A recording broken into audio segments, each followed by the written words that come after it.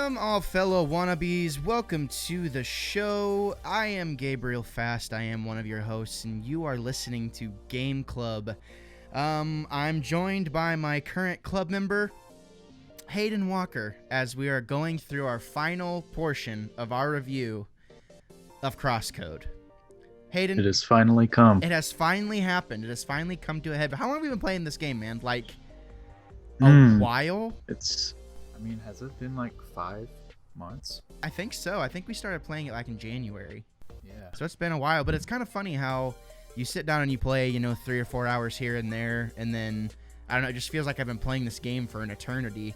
But it's always been kind of like spread out, you know what I mean? Like, I haven't like actually just sat down to just like blitz this game, at any point in time. But have you gotten a chance to sit down with? I know you hadn't gotten to play quite as much as I did, but have you gotten to sit down a little bit more and play it more? Or I have, yeah, pretty decent amount. I think I'm about 35 hours in. You played it for the past weekend? Is that what you said? Sorry, I had something happen with my microphone. I'm about 35 hours in. I've been playing it a little bit here and there. It's kind of added up. Nice. So, obviously, this is our fourth entry into our review series of doing CrossCode, and I'm kind of sad that I'm not going to be, that we're not going to be talking about this game anymore. But it is releasing on console finally. Oh yeah. Yeah, I just saw on Switch. It's actually going to be coming to Switch July 17th. Cool. So, ladies and gentlemen, this is kind of a cool game we're going to, give our final thoughts on our review of it. It's a huge game. I feel like we've kind of done our best to give our thoughts on it. And I'm excited to hear what you have to say, especially since you've gotten to sit down with it. I checked my hours played in this game, and granted, a lot of it I think is is AFK, but it said I had over 100 hours on the game. Really? Wow. But I don't think that, a lot of that has to be AFK, and things like that. But still, we spent a decent amount of time over a period of time playing this game, and I feel like we're going to be able to bring some stuff to the table, with our review. But before we get into our, the formal side of things, let's kind of talk a little bit, man. How have you been? Been really good. Just chilling. Just chilling in the time of the COVID? Yeah. Yeah, it's been fine. That's about all you can do now. These days. Pretty much, yeah. Yeah, that's how it goes. Have you been playing any other games besides CrossCode? Yeah, I've been playing Minecraft. They just came out with the Nether update. Yeah, I saw that. Yeah, and I've been playing Minecraft. That was like the first video game I started playing. So it's kind of cool just to go back and have like a whole new segment to explore. Right. So is it a story update, or is it just mostly, what is it? They just made the Nether there's a lot more to it now. There's different biomes in it, more creatures, stuff like that. Nice. So Nether is like the portal you open up basically, and you go to, it's another dimension, right? Mm-hmm. Yeah. Nice. That's awesome. I saw that I think they did another update for Minecraft Dungeons as well. Have you gotten to dive into that at all? Yeah, no, I haven't got it yet. Have you? Yeah, we actually did an episode not too long ago on it. Gonna be releasing God knows when, I don't know, for Game Club. And I really like the game. It's a dungeon crawler, so it's a little bit different than just your standard Minecraft thing. But I've really enjoyed my time with it. Like I said, I never really played a true dungeon crawler, but yeah, I think people who like dungeon crawlers and who like Minecraft and who like games, I think you're really going to like the game. I would definitely check it out. It's definitely worth $20 in my opinion. So yeah, such a good value. Yeah, totally. But ladies and gentlemen, if you didn't know already, you are listening to Game Club. Basically what we do here is we talk video games a lot. We give a detailed review, sometimes over the course of several episodes, a couple times a month. Some of these games you already know, and some of these you don't, which is all the more reason to be a part of the club. All done in wannabe fashion and geeked out goodness. Today we are reviewing CrossCode. In our constant efforts and attempts to make quality content, we have branched off into several podcast feeds, of which are available to you as the listener right now. We're gonna tell you a little bit about Pop Cult, but definitely go over to wannabecritic.com to check out all the different podcast feeds, the YouTube channel, all that jazz. We're adding stuff all the time and doing all these things to be a part of everything, because that's just what wannabes do. But we're also today's episode is brought to you by Pop Cult. If you want to go on to popcultusa.com and use the code _wannabecritic in all lowercase. You can get some sweet merch at a discounted rate of 20% off your entire order. That's where I got this dope natural light hat. I reached out to Popcult, and they were like, yeah, we would love to work with you, and it's been an awesome opportunity. So that's _wannabecritic. Now that we've gotten all that crap out of the way, Hayden, we're here to talk about CrossCode. That's right. So, did you get some new glasses, my guy? Yeah. Thanks for noticing. Yeah, it's nice. Look, those are some dope frames. I like those. Where'd you get those? Thanks, man. Warby Parker. I got a pair from there. I guess it was a few years ago, but I really liked them. Sturdy stuff for the price. Mm-hmm. Yeah. Not bad at all. Not bad at all. But here we go. We are getting into our CrossCode number 4 review. Now, for those of you who haven't listened to the other episodes, if you're just coming across this for the first time, we're probably going to throw this up on YouTube, actually, to kind of do some cross-promotion for the podcast and things like that. CrossCode is a action-adventure RPG, but the catch is you are playing inside of an MMO. Now, there's no other players interacting with you. It's all NPCs. But from what I've played of MMOs, it feels like a very much lived in world. It's 2D, but it has, lots of modern things mixed with retro things, kind of giving you like a Zelda-like experience, but there's just so much to do. And I spent quite a bit of time with it this weekend, to kind of wrap up our review. And, I really wanted to beat the game before we actually did our final review, but it just wasn't going to happen, but I've spent a lot of time with the game and over the course of a period of time, and I'm going to play more. I've reached out to the developer and publisher to see if we could potentially get some review codes where we could try out the console version, so that might be coming. Not 100% sure yet. They seem pretty optimistic about it, and I'm pretty optimistic about it, so, we'll see what happens, but no promises. So this probably won't be our last episode, but this will be our last official, concurrent club episode. But this is a breath of fresh air in a lot of ways for me with this game. And the more I play it, the more I start to see everything I like with it, and the more I start to see everything I don't like with it. Yeah. So we're just going to kind of dive into our final thoughts here of what we've experienced, and we'll give an overall score at the end of it. And it's still going to be, I'm saying right now, for me, it's still going to be a review in progress, because I will be continuing to play after this review, after we're done with this review. Yeah, and especially now that I've kind of found my groove, I think I'll be playing it a lot more. But Hayden, I'm going to let you kind of take the lead so far, starting out. What's kind of been your experience with this game from the beginning? Like, can you kind of paint the picture for us for, all the way back when we did episode 1? Yeah. Well, my first impression was it is very reminiscent of like old style RPG games, but it's also got a modern take on it, with being the whole massively online multiplayer style. So, I mean, I haven't played a lot of RPG games, but this one's made a good impression so far. Right. Yeah. Overall. How much, let me ask you this. What has been the hardest part for you of trying to boot up this game and start playing it? And like, why has it been difficult to just say, okay, I'm just going to like kind of power through this and like really devote my time to playing it? What has kind of been your overall, like what has been your feelings about the game? If we're like jumping straight into the things I don't like about it, the main reason it's been difficult at times to boot up is because it can feel a little bit grindy to me. Yeah. Like it's, sometimes it's just hard to open a game knowing that you're going to be running over the same areas, looking for the same stuff, doing the same puzzles. So that's kind of been difficult at times, but I found that once I actually get it up and going, it's not so bad.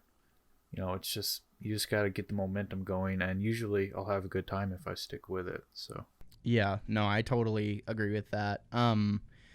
As far as like, has it been one of those things like you'll sit down and play it for like a couple hours at a time, or has it been like an hour here, an hour there? We have a review coming up. I guess I better play it a little bit before we review it. Mm-hmm. Has it been that thing? Has it been that thing of it's crossed your mind and you're like, I want to play this? It depends. Like there's been plenty of times where I sit down and like, I don't have anything else to play. I'll play Crosscode, Right. and it'll go one of two ways. I'll either sit down and play it for like 3-4 hours at a time, or I'll sit down and play it for, I don't know, like 30 minutes, get upset, and then close it. Because there was like a solid week where I tried to play it like 3 or 4 times, and I was trying to defeat this giant hedgehog. Did you do that quest where you have to Is the one where you go inside the is it inside the cave? Or no, that was a No. different thing. No, this is pretty early. I think I know. It's when you have to go to a certain part of the map, and there's a whole bunch of hedgehogs, and you have to defeat all of them. And when you defeat all of them, the giant hedgehog comes out. I fought that thing so many times, and I got so upset because I couldn't defeat it. Is that where it's like raining and like it's like Yes. a special piece of gear? Okay, I still have that quest to do, and I was like, Yeah. I was looking all around Autumn's Rise, and I was like, where is that place? Because I want that gear.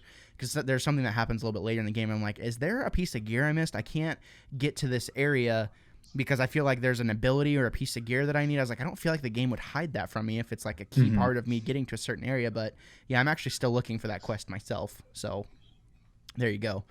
Yeah, no, I can definitely relate to that though with the difficulty. And continue that. I don't want to break your train of thought if you're on a roll. But with that being said, once I did, same with puzzles. Once you finally do get through it, it is very rewarding. I mean, it's just like classic video games. They're hard, and you're gonna end up upset a lot because you have to do it over and over again.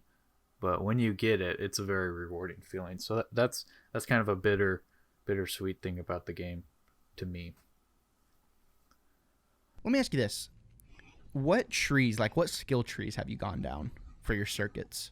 Because I think we talked about it in the last episode. Like, it can be kind of confusing to look for your skills because they have it labeled as circuits, and that was probably in a tutorial somewhere that I just kind of missed by accident because whatever. But what did you decide to kind of focus on one path, or did you, at some point you're capped, and you can't go any further until you progress the story? But like, did you go all around, or which way did you decide to go? I'm trying to think what it's technically called, but I'm kind of gearing more towards the offensive side of things. Okay. So you've gotten like your focus arts and stuff, right? Mm-hmm. Okay, yeah. gotcha. So I only just recently I did the same thing. I was like, man, I feel like I'm getting my butt kicked. And I feel like I realized I should have. It's kind of funny how those skill trees, you feel like you should probably just stick to one because that's what common video game knowledge has kind of taught you in the past. But actually this game feels like it's kind of encouraging you to kind of branch out a little bit because you have focus arts for guarding, projectiles, defense, and defense, projectiles, like just a straight up charge art, and then like a melee charge art basically. So like all these different abilities that go with your, all these sub abilities that go with your core abilities.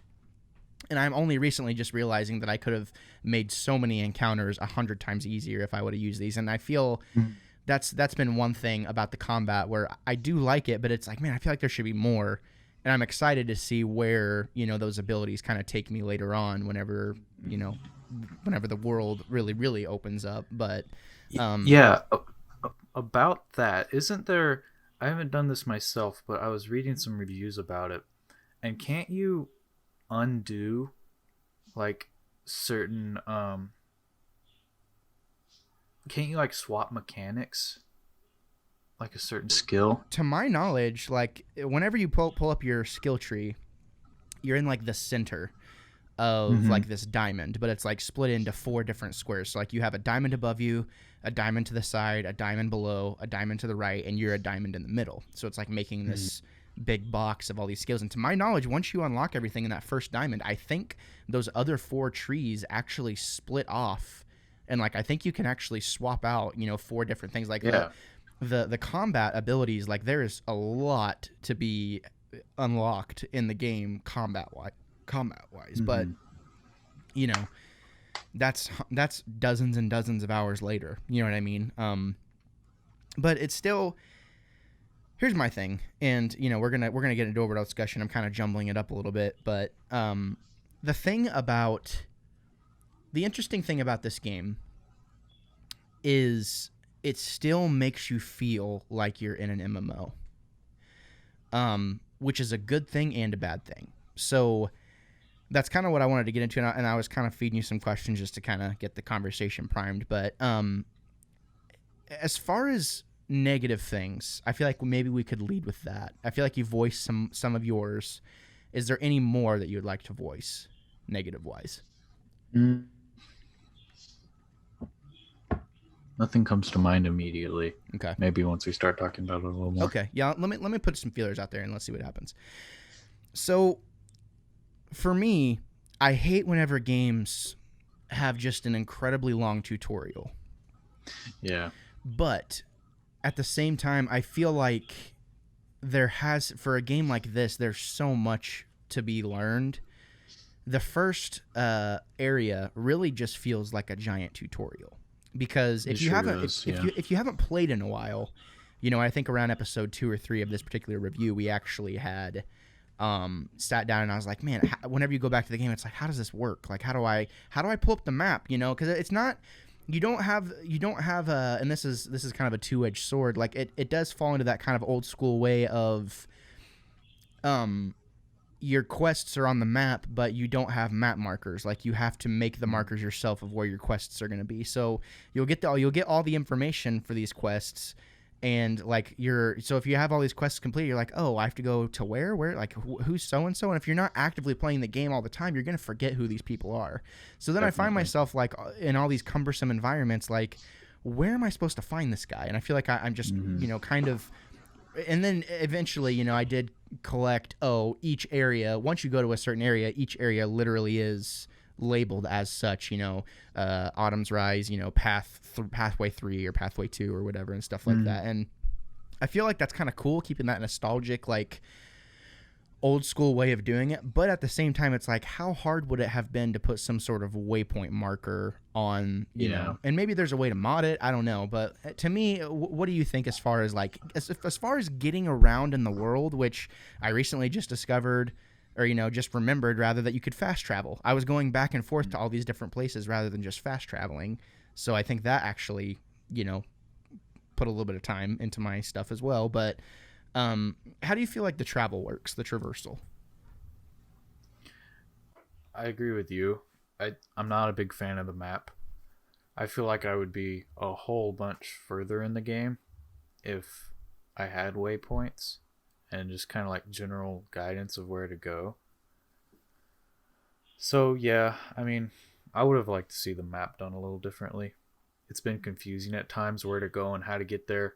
And yeah, fast traveling does help a lot once you learn to do that. But yeah, and I feel like even something like Rookie Harbor, which should be pretty straightforward, there's all these markets and all this stuff to do, and there's all these stacked environments and all these buildings on top of each other. It's like, oh my god. And anytime you go pick up a quest, not only the main quest hub that you go to, you cannot pick up quests there. It just tells you where all the other quest givers are. So then you're like, well, where are they at? And then I feel like those areas just aren't differentiated enough for me to remember, oh, that's where I need to go. There's no landmarks that make me think. It's very much stuck in kind of an old school way. And obviously, we had the developer on this podcast, or on, the Wannabe Critic back when it was Geekly Biweekly. And he said there was a definite love for that nostalgic old school way of telling a story, through a game back in the day. But, I feel like we've praised this game in some ways for it modernizing, us feeling like some of the dungeons and puzzles, like, oh my God, I feel like I'm in Breath of the Wild or something, because these puzzles are not hard, but they're just challenging enough to where you're like, okay, you feel like it's a modern day puzzle. I wanted to see that kind of implemented with the traversal, and whenever I hop onto it in console, on console, I think I'm going to have a much better time, and I probably will sit down to play it more because I'm using a PlayStation controller right now, even on the computer. But either way, it's like I would like to have seen that changed a little bit. We talked a little bit about the combat. One thing about the combat is it's very repetitive, but it's always rewarding, especially whenever you unlock some of those skills. I feel like I'm in an anime or something like that. I feel like if I would have had this game as a kid, it would have been very easy to let my imagination run wild with what Leah was doing. and things like that, which, it's a very satisfying combat experience, very, very action packed without really being quote unquote violent, which I really enjoy. Yeah, I think the combat is genius. It's really satisfying. Yeah. And it's really good with a controller too, which I appreciate. Totally. I totally agree. The one thing I feel like the combat could be, could utilize, is probably a lock-on mechanic. I don't think there's a way to lock on, is there?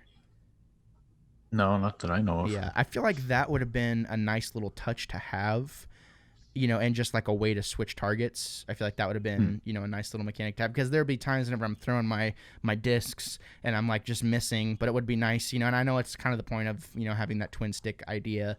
That's another thing. You have hack and slash mixed with, like hack and slash, like like beat 'em up type vibes with twin stick, bullet hell and stuff like that, which is a really satisfying mix of combat. And I feel like if you like that kind of like snappy combat where it's kind of high intensity, and just the way the grade system works too, like each time you defeat an enemy, like your grade goes up, and whenever your grade goes up, you do more damage, but you only have a certain amount of time before that grade lowers, and then you lose your momentum. I love that, because it makes it feel like every battle is important. And even if you do have to grind to kind of level up or kill a bunch of enemies, like as long as you're keeping the momentum going, it almost kind of turns into like a rhythm game a little bit of, I better do this fast, and you kind of, it works really good. I love it. I just would have liked to see a lock-on mechanic implemented. Let's talk about the sound design for a minute. This might be, I don't want to say my favorite part of the game, but it is 100% one of my favorite parts of the game. The design of the audio in conjunction with the design of the layout of the game, each area feels different, which is nice. Have you gotten to Bergen yet? No. Okay, gotcha. Well, that's the thing is, each, what's the name of the continent? Croissant something? The croissant or whatever. It's like shaped like a croissant. Each area has different biomes, and even though like the kind of overall setup is the same, once you go to the mountain, it very much feels like you're in the mountain. Like new mechanics get added for traversal, and like it's just different enemies, and it's like, oh, like this is kind of cool. And then whenever you go back to the other enemies, you're like, oh, I can't believe I was struggling with these guys, the first time and stuff like that. And it's just a really cool, the world is awesome, but the sound design, whether it be the music itself or even just the combat, the way everything feels with everything, the way everything feels in conjunction with everything, the way everything sounds. I mean, what did you think about the sound design? I think the music is just great. Yeah. It's not... it's that music that'll get stuck in your head, but it's not repetitive. Totally. And, it's not like a burden to listen to it for hours at a time. Totally. It's just there, and it complements the game.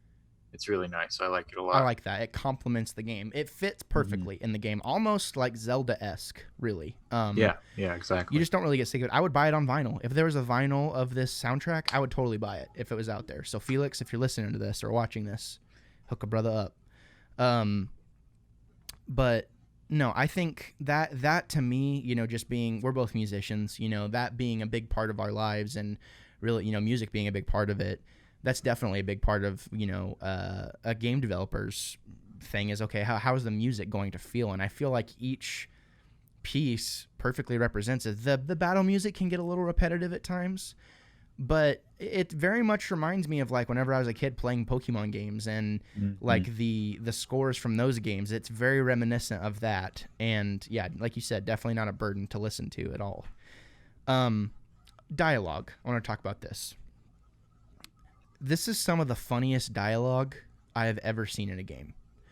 Especially because, the whole point of Leah, much like an RPG character, a traditional RPG character, she has amnesia for some reason. So, and also her voice module is broken. So literally for a while, she unlocks more and more words as time goes on, but for a good while, all she can say is Leah.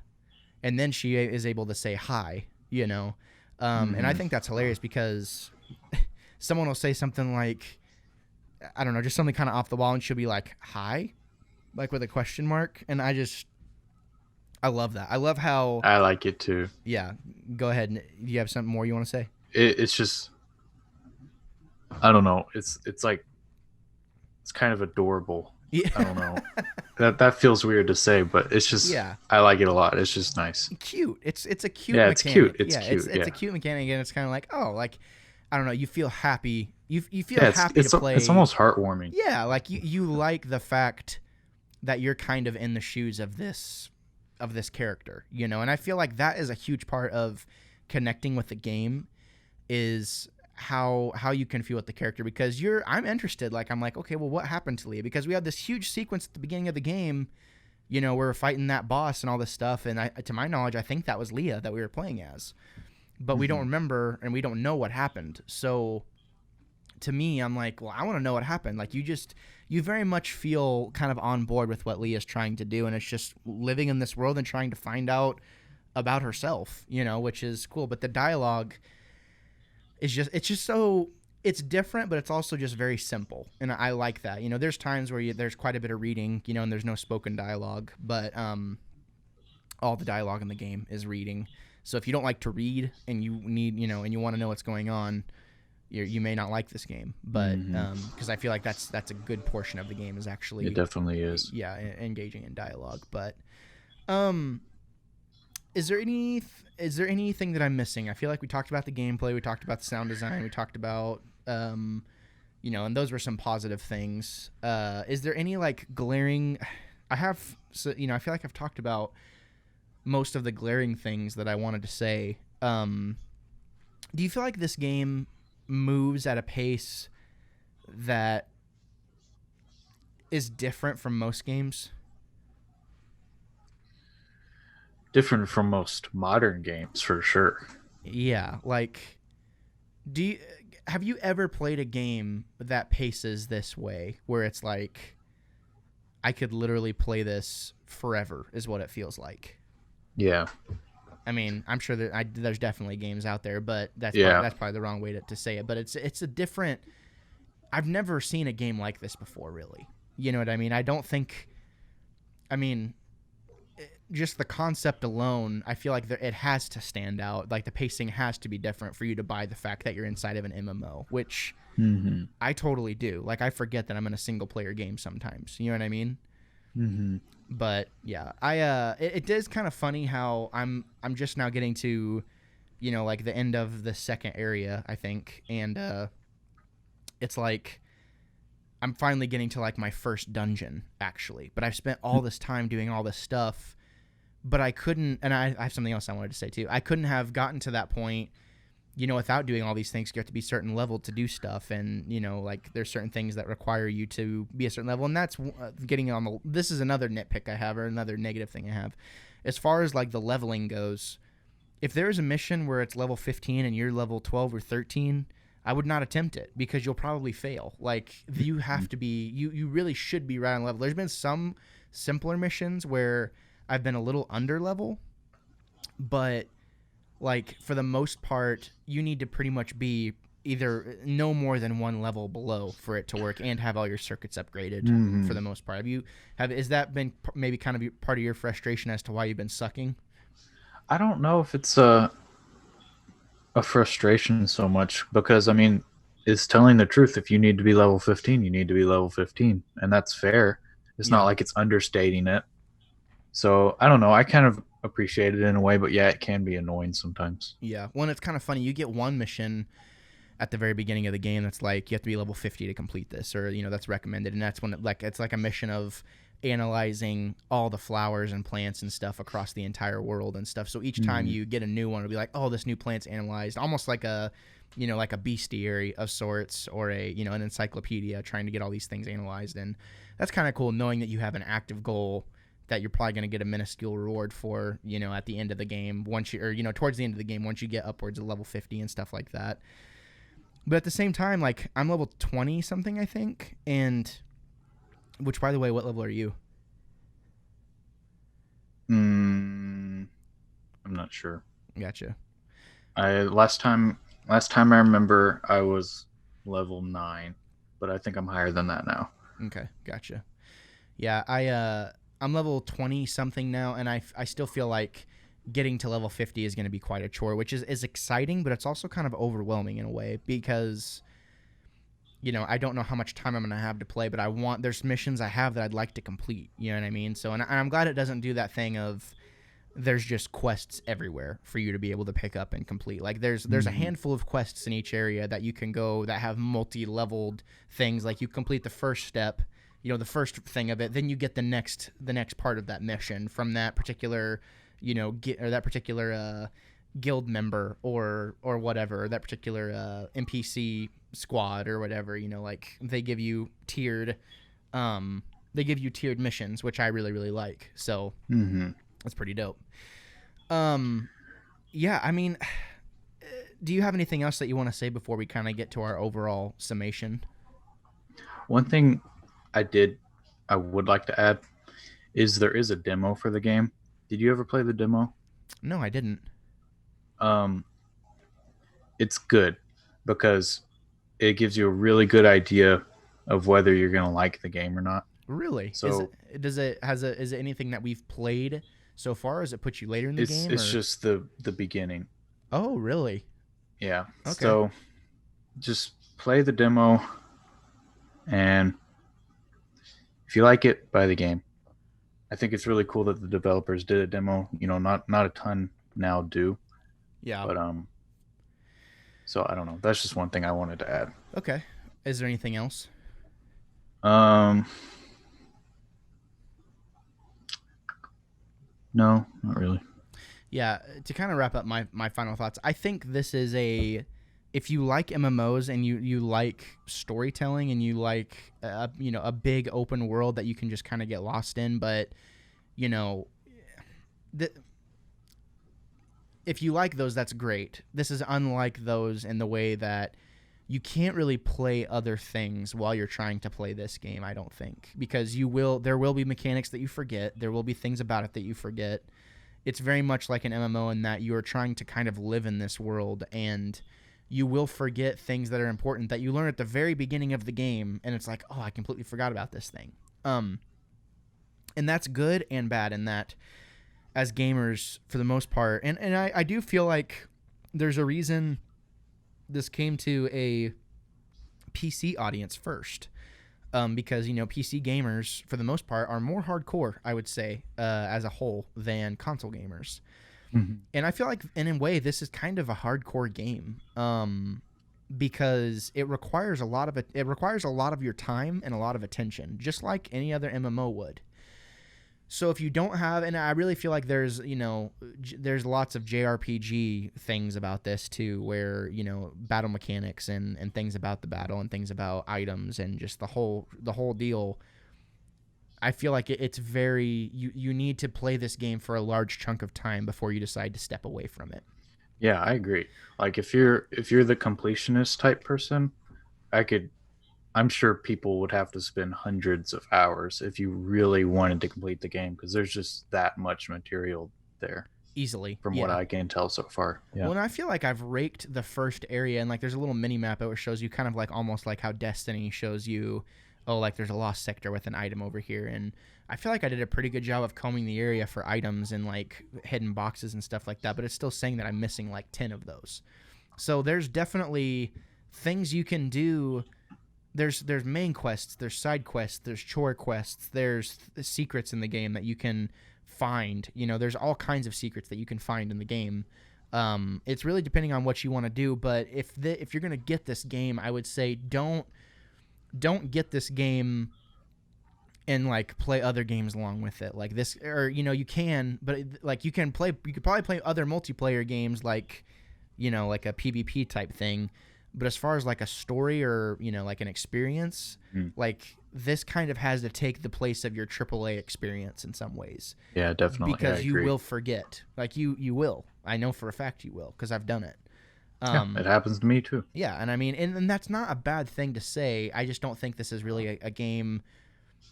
If I would have been 10, 11, 12, 13 years old and this would have been the only game that I had, I would have been in heaven. Because you could have spent hours and hours and hours and hours and hours looking for everything, and you would have been the weird kid at the playground like talking about crosscode, and people are like, well, what's crosscode? You know what I mean? And or that game came out a year ago. Why are you still playing that game? It's like, oh, well, there's a multitude of things to do, and I'm just now finding some of these newer things to do. So I'm a little sad we weren't able to complete the game, but at the same time, it would have taken, to give the game the credit it deserves, it would have taken a really long time. And I agree. You know, it feels like they're always adding. I think they've added some stuff to this game as well. So, you know, and they're going to be adding more stuff, more DLC coming, or a DLC pack that's coming, especially to the console versions. So, Now, is the game coming out for all consoles? PS4, Xbox One, and Switch. So yeah, I think all Yeah, consoles. yeah. Cool. So 20 That's bucks. awesome. I think that'll be a really big break. Yeah, for I the think game, it will hopefully. too. I think it will too. I think I'm gonna release this game or this review on release day for consoles. Yeah. You know, and see what happens. But yeah, I can't say enough good things about the game. I definitely think that the criticisms I have for it are definitely for a niche audience and not necessarily the overall gamer. I think this game is incredible overall. And even though I feel like the conversation has been relatively critical, it's been you criticize the things you love. So Yeah, for sure. I'm excited to play this game on PlayStation and get them trophies. But yeah, I might buy. I don't know. I might buy it on Switch too. We'll see. I want to play it on Switch. Here's the thing. It would be so dope if there was a way to, you know, cross play. So it's like, if I buy it on PlayStation, will my file carry over to my Yeah, I Steam know. or my Switch? That's like the main thing. I really don't want to start over. Yeah, which who knows? They, you know, Radical Fish, they might implement something where you can do that. So Maybe, hopefully. yeah. Well, Hayden, I think it's time to score this bad boy. Unless you have something else you want to say. No, I didn't know we were doing a score. I'm excited. Yeah, score time. Now, Score here at the Wannabe Critic, our scores are basically based off of overall enjoyment. And some people on the show are more critical than others. And for me, a criticism can really affect your overall enjoyment of a game. So if you choose to put that critical lens on, that's going to affect your score. But if you don't, then your score is going to be different than mine based off of different reasons. So there's no reason to get up in arms if someone gives something a different score, even a much different score than the other person. So I'm going to let you go first. And I didn't tell you we were going to score it, but let me know what you think. Well, out of 10, 10 being this game nearly perfect, near perfectly executes what it sets out to do, because no game is perfect. What would you give this game? So should this be like 100% personal bias, like how much I enjoy playing the game, or should it just be like how I feel like the game is crafted? Yeah, and I think designed? I think you need to have kind of a good mix of subjectivity and objectivity. So thinking about what your subject is and how you feel about it, that's kind of the hard part, is formulating that score. So Yeah.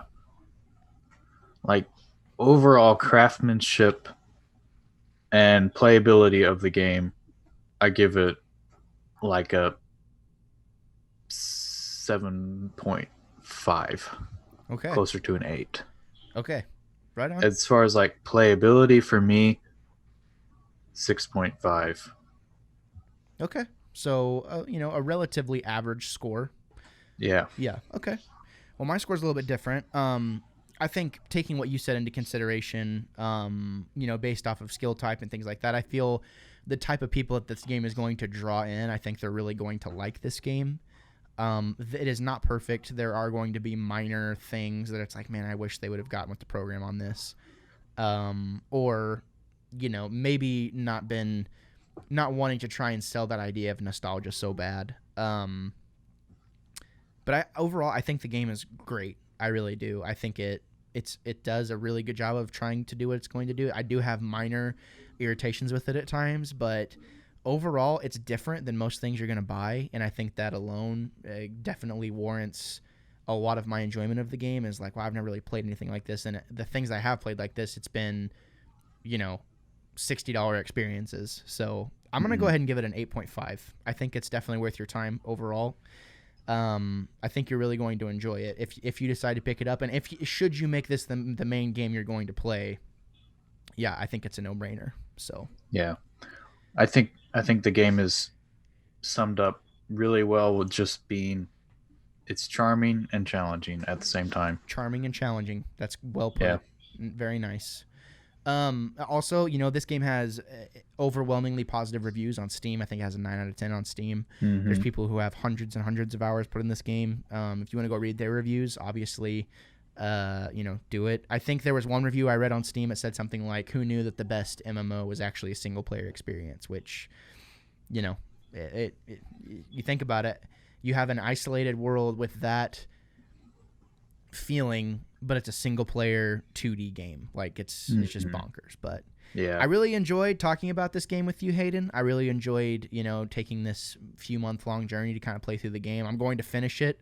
I know we kind of held back in a way because we knew the console versions were coming, but we didn't know when. I thought they were going to be out earlier than they were. But, I know this game. I'll be excited to talk about this game whenever it's, on console, and maybe do another little review with some other people from Game Club. So thank you for taking the time, Hayden, to do these episodes, man. I hope you had a good time. Happy to be here. Happy to talk about such a magnificent game. It is a magnificent game. Well, that's about it for us here on Game Club. You can find us at The Wannabe Critic on all social media platforms, pretty much any podcasting platform for the most part. You can find us, this is Game Club, but under Wannabe Critic Productions, we have several podcast feeds. If you want to go check those out, that would be awesome. You can go to wannabecritic.com, find us there. You can find me on Instagram at The Wannabe Critic. There's a bunch of ways to get in touch with us. If you visit the website, you have something you want us to talk about, definitely hit us up. We would really appreciate it. Hayden, you are a part of another podcast. Hayden has kind of joined the Wannabe family for a couple of projects we have going on, but he has his own deal. So Hayden, I'm going to let you take it away with that. All right. Well, I am part of the Mashed Potatoes podcast. We are a sit down and talk type show. It's comedy to some people it's cringy, but yeah, just me and my friend sit down. We talk about a wide variety of subjects. So if that sounds like something you're interested in, it's the Mashed Potatoes podcast. We're available on all platforms as well, so check us out. There you go. From horse's mouth yourself. Well, that about does it for us here at Game Club, ladies and gentlemen. Thank you so much for tuning in. We will see you next time. Definitely keep an eye out for our new game reviews coming bi-weekly. Sometimes more. We've been doing one-offs here and there to, kind of just keep the feed alive and kind of give it some diversity. Me and my buddy Jace, we just, another club member, we just reviewed Bastion, probably the greatest indie game ever made. Definitely go check that out. It's on youtube.com/The Wannabe Critic Podcast. You can find it there. But thank you so much for joining us, and thank you for preparing yourselves for a plethora of hot takes and potentially unpopular opinions. We'll see you next time. Say goodbye, Hayden. Peace.